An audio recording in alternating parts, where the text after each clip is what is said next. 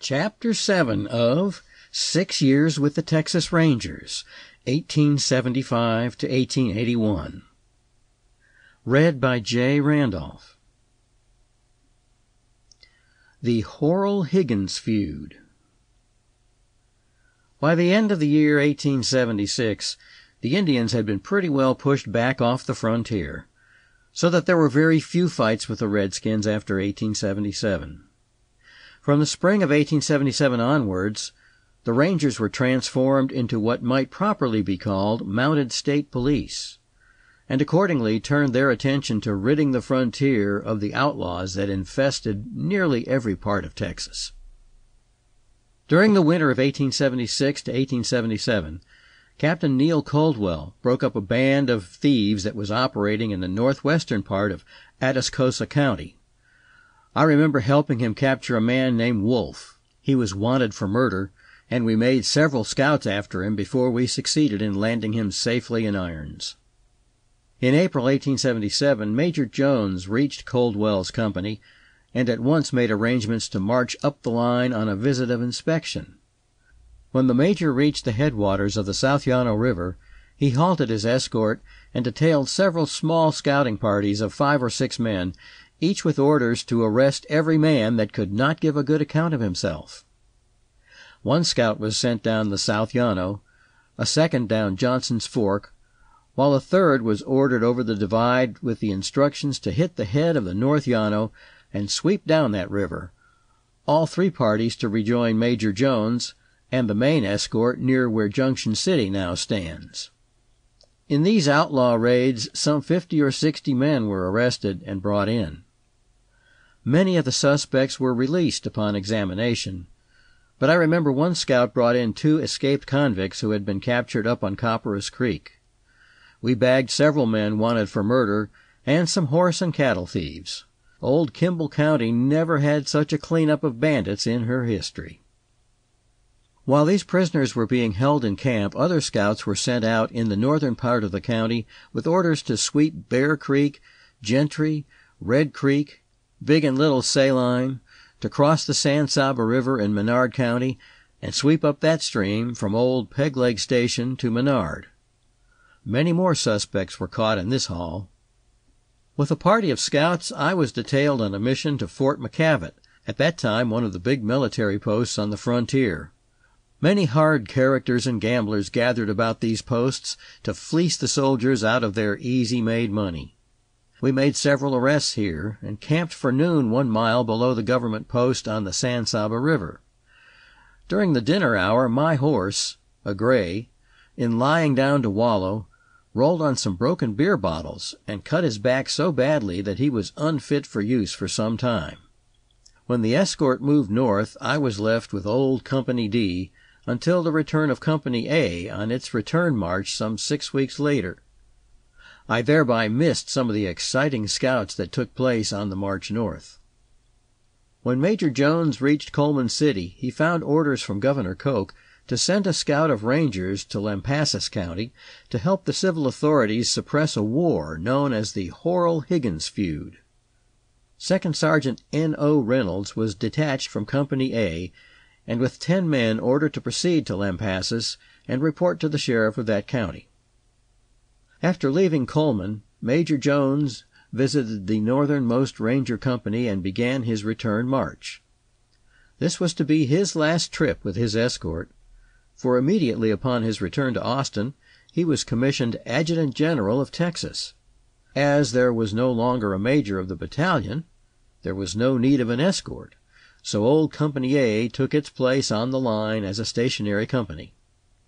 Captain Neil Caldwell was ultimately made quartermaster of the battalion, and I believe ranked as major. I was picked up at Company D by the escort on their return march, and was with Company A when it was made a stationary command, and located in Frio County. In the latter part of 1877, during the late summer, a party of filibusters under command of a Mexican general named Winkler assembled in Maverick County, near Eagle Pass, and prepared to invade Mexico. Captain Caldwell, then commanding Company A, was ordered to the Rio Grande to break up the expedition. This he did by arresting more than 50 participants. I was with him on this expedition and saw much border service during this summer. I remember a scout I was called upon to make with Captain Coldwell over in Bandera County. The captain took with him John Parker, Hawk Roberts, and myself. In 1 week's time we caught some 10 or 12 fugitives from justice and literally filled the little old jail at Bandera. Captain Coldwell detailed Hawk Roberts and myself to capture an especially bad man wanted in Burnett County for murder. The captain warned us to take no chances with this man. That meant to kill him if he hesitated about surrendering. I can't remember this murderer's name at this late date, but I recall perfectly the details of his capture. Sheriff Jack Hamilton of Bandera County sent a guide to show us where this fugitive lived. The guide led us some 15 miles northwest of Bandera, and finally pointed out the house in which the murderer was supposed to be. He then refused to go any further, saying he did not want any of this man's game, for the fellow had just stood off a deputy sheriff and made him hike it back to Bandera. It was almost night when we reached the house, so Roberts and I decided to wait until morning before attempting the arrest. We staked our horses, lay down on our saddle blankets without supper, and slept soundly until dawn. As soon as it was daylight, we rode over near the house, dismounted, slipped up, and, unannounced, stepped right inside the room. The man we wanted was sleeping on a pallet with a big white-handled .45 near his head. Hawk Roberts kicked the pistol out of the man's reach. The noise awakened the sleeper, and he opened his eyes to find himself looking into the business ends of 2 Winchesters held within a foot of his head. Of course, he surrendered without a fight. His wife, who was sleeping in a bed in the same room, jumped out of it and heaped all kinds of abuse on us for entering her home without ceremony. She was especially bitter against Sheriff Hamilton, who, she said, had promised to notify her husband when he was wanted so he could come in and give himself up. She indignantly advised her husband to give old Sheriff Hamilton a good whipping the first chance he had. While Company A was rounding up outlaws along the border, Sergeant Reynolds was covering himself with glory in the north. Upon reaching Lampasas and reporting to the sheriff as ordered by Major Jones, the sergeant was told that the Horrell boys were living on the Sulphur Fork of the Lampasas River and were defying the authorities to arrest them. The Horrells were native Texans and had been raised on the frontier. These brothers, of which 5 were involved in the feud, the 6th, John Horrell, had been killed at Las Cruces, New Mexico, previously, were expert riders, and having grown up with firearms in their hands, were as quick as chained lightning with either Winchester or pistol. Sam Horrell, the eldest, was married and had a large family of children. He was a farmer and lived a quiet life over on the Lampasas River. The other 4 boys, Mart, Tom, Merritt, and Ben, were all cattlemen. They stood well in the community, but were considered dangerous when aroused. At this time, Lampasas was a frontier town and wide open as far as saloons and gambling were concerned.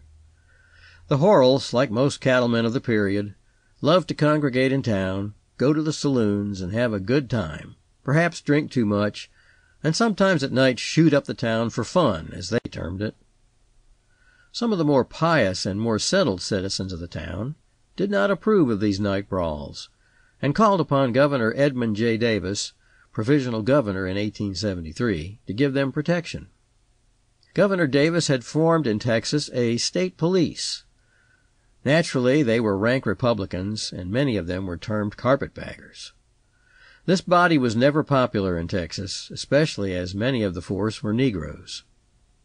In answer to the call of the citizens, Governor Davis dispatched Captain Williams with 3 white men and 1 Negro to Lampasas. On the way up, Captain Williams met several freighters going to Austin and stopped one of them, Tedford Bean, to ask the distance to Lampasas. The captain had been drinking, and he told Mr. Bean he was going to town to clean up those damn Horrell boys. The little squad of police reached Lampasas about 3 p.m., hitched its horse to some live oak trees on the public plaza, left the Negro to guard them, and then made a beeline to Jerry Scott's saloon on the west side of the square. Mart, Tom, and Merritt Horrell, with some 10 or 15 cowmen, were in the saloon drinking, playing billiards, and having a good time generally. One man was picking a banjo, and another playing a fiddle. Captain Williams, an exceedingly brave but unwise man, took in the situation at a glance as he walked up to the bar and called for drinks. He turned to Bill Bowen, a brother-in-law to Merritt Horrell, and said, "I believe you have a six-shooter. I arrest you." "Bill, you have done nothing and need not be arrested if you don't want to," interrupted Mart Horrell. Like a flash of lightning, Captain Williams pulled his pistol and fired on Mart Horrell, wounding him badly. The Horrell boys drew their guns and began to fight. Captain Williams and one of his men, Dr. Daniels, were shot down in the saloon. William Cherry was killed just outside the door, and Andrew Melville was fatally wounded as he was trying to escape. He reached the old Hewling Hotel, where he died later. At the first crack of a pistol, the Negro police mounted his horse and made a John Kilburn ride for Austin. Thus, within the twinkling of an eye, 4 state police were killed and only one of the Horrells wounded. Tom and Merritt Horrell carried the wounded Mart to their mother's home, some 200 yards from Scott's saloon, then mounted their horses and rode away. Great excitement prevailed in the town. The state militia was called out, and Governor Davis hurried other state police to Lampasas. They scoured the country for the Horrell boys, but to no avail. Mart Horrell and Jerry Scott were arrested and carried to Georgetown, Williamson County, and placed in jail. Mart Horrell's wife went to the jail to nurse her husband, and, of course, kept her brothers-in-law informed as to Mart's condition. As soon as he was well, the Horrell boys made up a party and rode to Williamson County and assaulted the jail at night. The citizens and officers of Georgetown, taken unawares, put up a stiff fight, but the Horrells had 10 or 15 well-organized and armed men with them. They took stations at all approaches to the jail and kept up a steady fire with their Winchesters at anyone who showed up to oppose them. Mr. A. S. Fisher, a prominent lawyer of the town, took an active hand in the fight and was badly wounded. Bill Bowen was slightly hurt while battering in the jail door with a sledgehammer. Mart Horrell and Jerry Scott were liberated and rode off with their rescuers. By the next evening, the Horrells were back on Lucy's Creek. They at once made arrangements to leave the country and go to New Mexico. They had gathered about them Bill and Tom Bowen, John Dixon, Ben Turner, and 6 or 8 other men as desperate and dangerous as themselves. They were so formidable that they no longer attempted to hide, but openly and without hindrance gathered their cattle, sold the remnant to Cooksey and Clayton to be delivered to them in Coleman County. They even notified the sheriff of Lampasas County just what day they would pass with their herd through the Russell Gap, but they were not molested.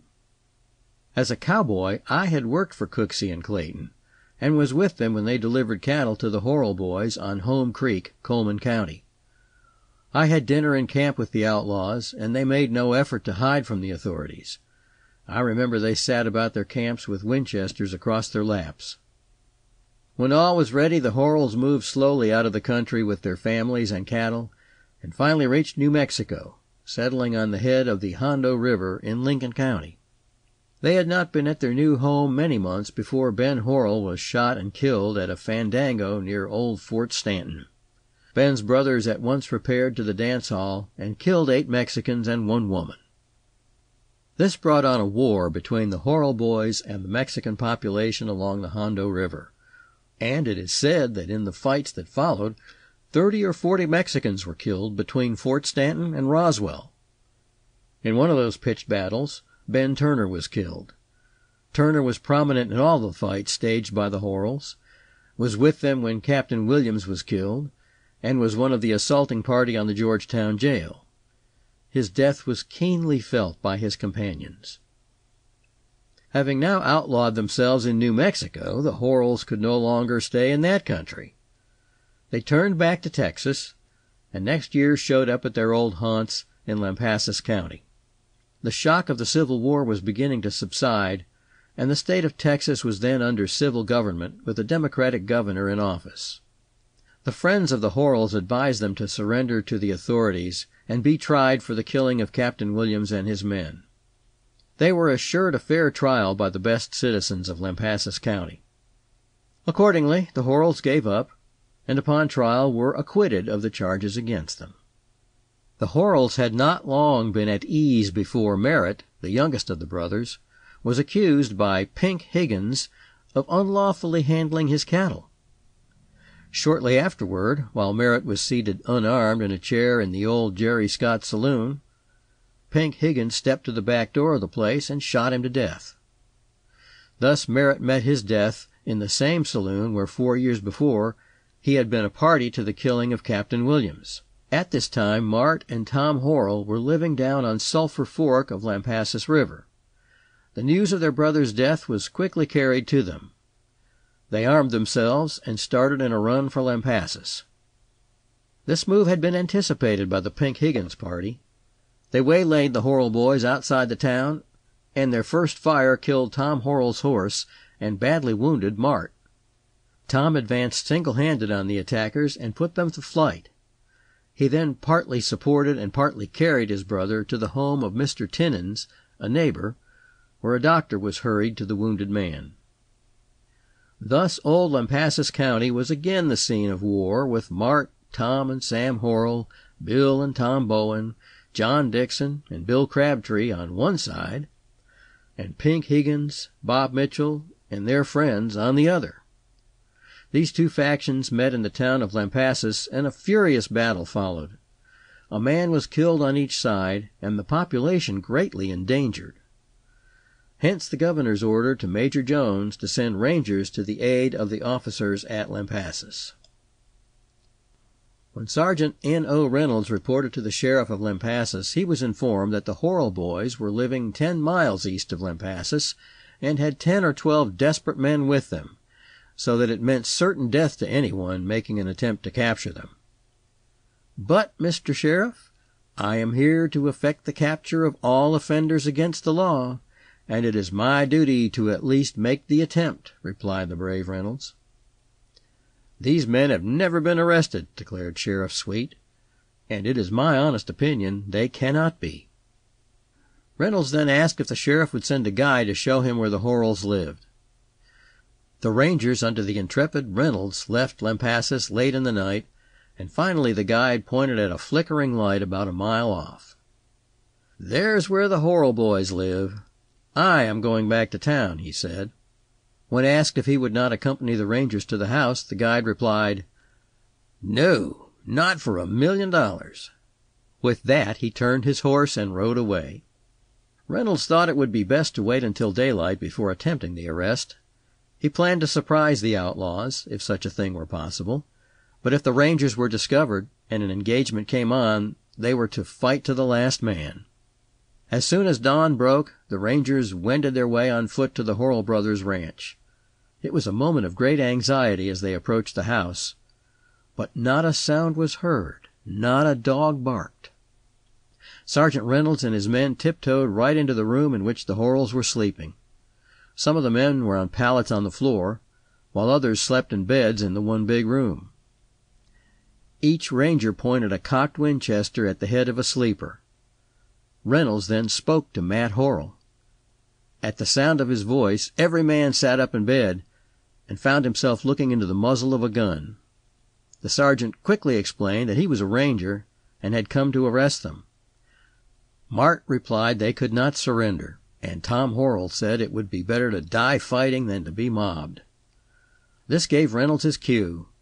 He warned the outlaws that if anything was started there would be a dozen dead men in that house in 1 minute, and advised them to listen to what he had to say. He then guaranteed the Horrells upon his honor that he would not turn them over to the sheriff to be put in jail and mobbed, but promised he would guard them in his camp until they could secure a preliminary examination and give bond. "Boys, this seems reasonable," said Mart Horrell, rising to his feet. "I believe these rangers can be relied upon to protect us. Besides, this fight has been thrust upon us. If we can get a hearing, we can give bond." They all agreed finally to this proposition of Sergeant Reynolds, and laid down their arms, mounted their horses, and under guard of the Rangers were marched into the town of Lampasas. The news of the capture of the Horrells spread like wildfire through the town and county. Hundreds of people flocked to Lampasas to see Sergeant Reynolds, the man that had accomplished the impossible in rounding up the most desperate band of men that ever lived. The news was rushed to Austin, and General Jones himself hurried to the scene. This act of Sergeant Reynolds covered him with glory and brought his name imperishable renown. He was at once commissioned First Lieutenant, commanding Company E. The Horrell boys were admitted to bond after a preliminary hearing. After their release, Mart Horrell came to Lieutenant Reynolds and feelingly thanked him for carrying out his promise. With tears streaming down his face, he grasped the lieutenant's hand and said, "You are undoubtedly the bravest man in the world today." These unfortunate men were later shot to death in the Meridian jail. The Higgins and Mitchell parties surrendered to the authorities. Pink Higgins was tried and acquitted of the murder of Merritt Horrell. This ended the feud, but it started Lieutenant Reynolds on a new and important phase of his career as a Ranger. End of Chapter 7.